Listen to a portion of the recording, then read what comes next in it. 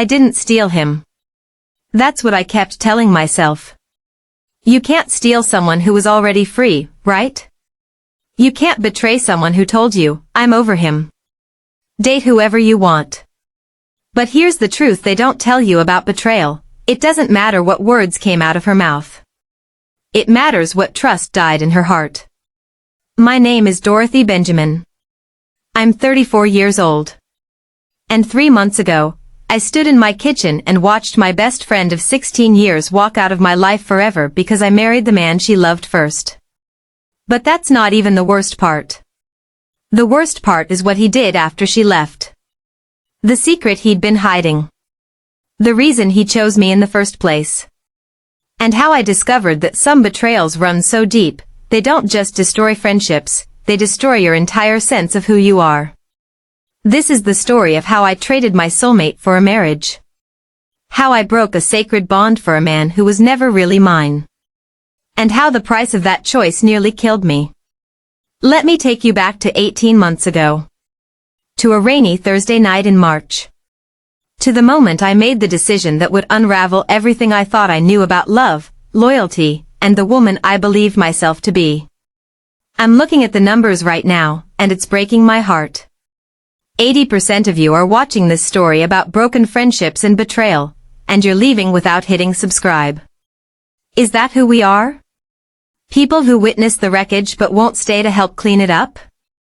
If you believe that some mistakes cost more than we can bear, that some friendships are sacred, and that women need to hear these stories so they don't make the same choices I did, then prove it. Subscribe right now and comment where you're watching from. Don't let my story be just another video you scroll past. Stand with me. Because what I'm about to tell you could save someone you love from making the same devastating choice I made. March 14, 2024. 11:47 p.m. I was sitting in my apartment in Toronto, rain hammering against the windows, scrolling through my phone with a glass of wine I didn't really want. That's when I saw it. A photo on Instagram. My best friend Vanessa and her ex-boyfriend Derek at some charity gala. Except they weren't together in the photo, they were standing on opposite sides of a group shot, bodies angled away from each other, faces carefully neutral. The caption from a mutual friend, when your exes have to be in the same room for charity LOL #awkward. I stared at that photo for 20 minutes. Derek Thompson. 6'2", dark hair, that crooked smile that made him look like he was always in on a joke you hadn't heard yet. Vanessa's boyfriend of 4 years. The man she'd sobbed over for 6 months after their breakup 2 years ago. The man she'd finally told me she was over just 3 months prior. Dorothy, I'm serious, she'd said over brunch in December. I've done the work. Therapy, journaling, the whole spiritual healing journey. I'm genuinely happy for him. If he finds someone, good for him. I mean it. I'd believed her because I wanted to believe her. Because Derek had been texting me occasionally since their breakup, casual at first, asking about book recommendations, then deeper, asking about my work as a grief counselor, my thoughts on second chances, my views on whether people could truly change. And somewhere in those late-night conversations, something had shifted. He made me laugh. He remembered small details about my life. He asked questions that made me feel seen in a way I hadn't felt since my divorce 3 years earlier. But I never crossed the line. Not while Vanessa was still healing. Not while the wound was still fresh. Now, staring at that photo, seeing how much distance they'd created between each other even in a crowd, I felt something dangerous bloom in my chest. Hope. I picked up my phone. Opened Derek's last text from 2 weeks ago, reading that book you recommended. You were right, it's destroying me in the best way. Coffee sometime? I'd never responded. The invisible barrier of Vanessa's pain had kept my fingers frozen.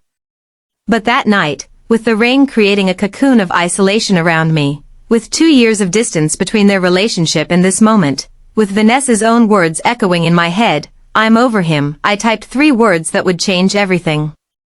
Coffee sounds perfect. Here's what nobody tells you about crossing that line: you don't do it all at once. You do it in tiny, justifiable steps. Our first coffee was just coffee. Public cafe. Broad daylight. We talked about books and work and the weather. Nothing romantic. Nothing inappropriate. I told myself, this is fine. We're adults. Vanessa said she's over him. Our second meeting was dinner. Still public. Still innocent. But he touched my hand when he laughed at my joke, and I didn't pull away. I told myself, it's been 2 years since they broke up. People move on. By the third date, and yes, I was calling them dates in my head now, we were holding hands across the table. He was looking at me the way men in movies look at women they're falling for. And I still hadn't told Vanessa. That was the first real betrayal. Not the feelings. Not the attraction. The silence. Every day I didn't tell her was a day I was choosing him over our friendship. But I kept justifying it. I'll tell her when it gets serious. I'll tell her when I know it's real. I'll tell her when I figure out how to explain it without hurting her. Meanwhile, Derek was everything my ex-husband hadn't been. Attentive. Communicative. Present. He'd show up at my office with my favorite tea. He'd remember I had a rough client session and text me encouraging words. He'd make me feel like the only woman in the world. You're different from anyone I've ever dated, he told me one night in May, his thumb tracing circles on my palm. You understand pain. You help people heal for a living. You're extraordinary. I was falling. No, I had already fallen. And still, I hadn't told Vanessa. The psychological trap I'd built for myself was perfect. The longer I waited, the harder it became to confess. Each day of silence added another brick to the wall of deception. Each moment of happiness with Derek made me more terrified of losing him by doing the right thing. This is how good people become liars. Not through malice. Through cowardice dressed as caution. Derek proposed on July 22, 2024.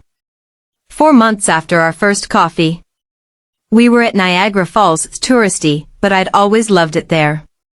He got down on one knee at sunset, water roaring behind him, that crooked smile on his face. Dorathy Benjamin, he said, you've taught me what it means to be truly known. Will you marry me? I said yes through tears I thought were joy. But here's the urgency I need you to understand. The moment I said yes, everything accelerated. Wedding planning. Meeting each other's extended families. Merging our lives. And still, I hadn't told Vanessa. She'd been busy with a work project in Montreal, traveling constantly. We'd been texting, but our usual weekly calls had dropped to monthly.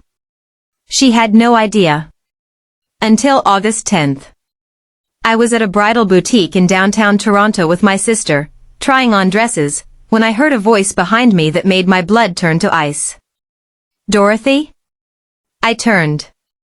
Vanessa stood in the entrance, holding shopping bags from the store next door, her face frozen in confusion as she took in the scene, me, on a platform, in a wedding dress, her childhood friend Melissa standing beside my sister with a champagne flute.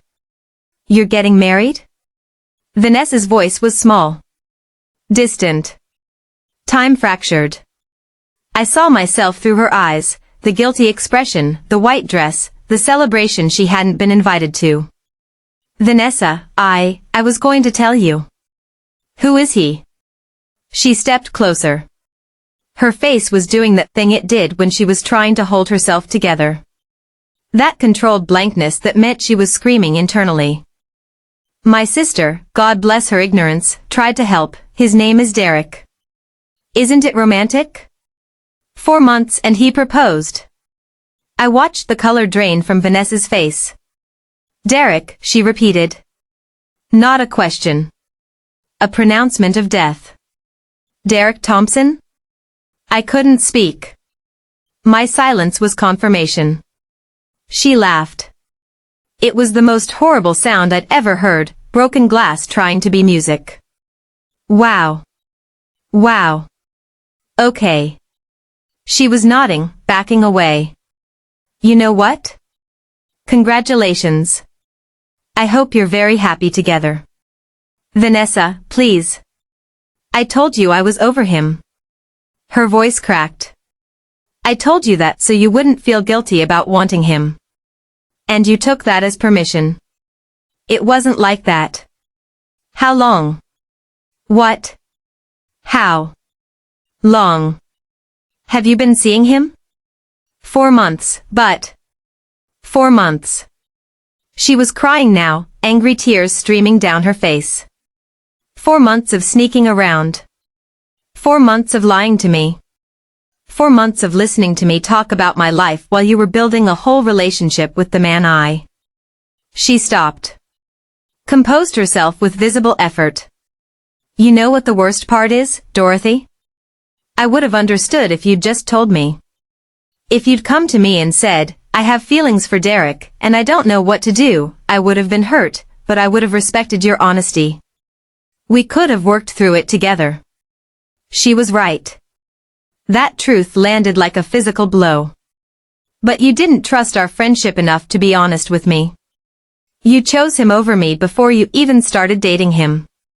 And that's what I can't forgive. She left. Walked out of that bridal shop. Out of my life. I got married anyway. September 28th, 2024. Beautiful ceremony. Gorgeous venue. Vanessa's absence was a ghost at every table. The first crack appeared on our honeymoon in Jamaica. We were in Negril, staying at a resort on 7 Mile Beach. Paradise. Except Derek was on his phone constantly. Work emergency, he'd say, stepping onto the balcony for another call. One night, while he was in the shower, his phone buzzed on the nightstand. I wasn't trying to snoop, it was face up, and I glanced over reflexively. A text from a number with no name. You promised me you'd tell her after the wedding. It's been 3 weeks, Derek. My hands were shaking as I picked up the phone. I knew his passcode, his mother's birthday, which he'd told me because I want no secrets between us. The irony would have been funny if my heart wasn't trying to break through my ribcage. I opened the messages. What I found didn't make sense at first. Conversations going back 2 years, before Derek and I had even reconnected. Messages from someone named Claire. Intimate messages. Recent messages. I miss you. When can I see you again? Did you tell Dorothy yet? And Derek's responses. Soon. I promise. I love you. You know that. Just give me a little more time. I scrolled further back. Found conversations from when he was still with Vanessa. Found evidence of an affair that had never really ended. Found a message from just before he proposed to me. Claire, I need stability right now. Dorothy is perfect on paper, good job, mature, ready to settle down. But you're my heart. This doesn't change us. I just need to do this for my family, for my image. We can figure out the rest later. The bathroom door opened. Derek stepped out in a towel, saw me with his phone, and went completely still. Dorothy. Who's Claire? My voice didn't sound like mine. He didn't try to lie. Maybe he was too tired. Maybe he just didn't care anymore. She's someone I've been seeing. On and off. For 3 years. 3 years. Including when you were with Vanessa? He nodded. Including now. While you're married to me. Another nod. I should have screamed. Should have thrown things. Should have had the dramatic breakdown this moment deserved. Instead, I asked the question that had been forming since I'd first read those messages. Why did you marry me? He sat on the edge of the bed, not looking at me. My parents were threatening to cut me off if I didn't settle down. My father's been sick, he wanted to see me married before he died. You were safe. Respectable. The kind of woman who looks good at family dinners and charity events. And Vanessa? Vanessa was too much. Too emotional. Too demanding. Too everything. I loved her, but I couldn't build a life with her. So you used me to build that life while you kept Claire on the side. I never meant to hurt you. That's when I laughed. That same broken glass sound Vanessa had made. You didn't mean to hurt me? You married me as a cover story. You destroyed my friendship with the most important person in my life for appearances. Dorathy. Did you ever love me at all? The pause before he answered told me everything. I cared about you. I still do. You're a good person. You deserve better than this. Yeah, I whispered. I really do. I flew home from Jamaica alone the next morning. Derek didn't try to stop me. Back in Toronto, I moved my things out of the apartment we'd just moved into together and went to stay with my sister. The divorce papers were filed within a week. Derek didn't contest it. Why would he? He'd gotten what he needed, a wedding photo to show his dying father, proof that he'd settled down. But the real devastation wasn't the divorce. I'd survived one already. I knew how to rebuild from that. The real devastation was what I'd lost to get here. I tried calling Vanessa. 17 times. She never answered. I sent her a letter. You were right about everything. I chose him over our friendship before I even understood what I was choosing. I let him come between us, and for what? A 4-month relationship with a man who was using me the whole time. I know I'm sorry isn't enough. I know I don't deserve your forgiveness. But I need you to know that losing you was the worst consequence of all my terrible choices. You were my sister in every way that mattered, and I threw that away for a fantasy. I will regret that for the rest of my life. She responded 2 weeks later. Just 3 sentences. I forgive you because holding on to anger is killing me. But forgiveness doesn't mean reconciliation. I hope you find peace, Dorathy. I really do. That was 4 months ago. We haven't spoken since. Here's what I've learned, sitting in the wreckage of my own choices. The betrayal you justify is still betrayal. I told myself Vanessa said she was over him. I told myself 2 years was long enough. I told myself I deserved happiness too. All of those things might have been true. But I still should have had the conversation. I still should have been honest. I still should have valued our friendship enough to risk the discomfort of truth. Every day I didn't tell Vanessa, I was choosing Derek over her. Every date I went on in secret, every hand I held, every kiss I shared, those weren't just romantic moments.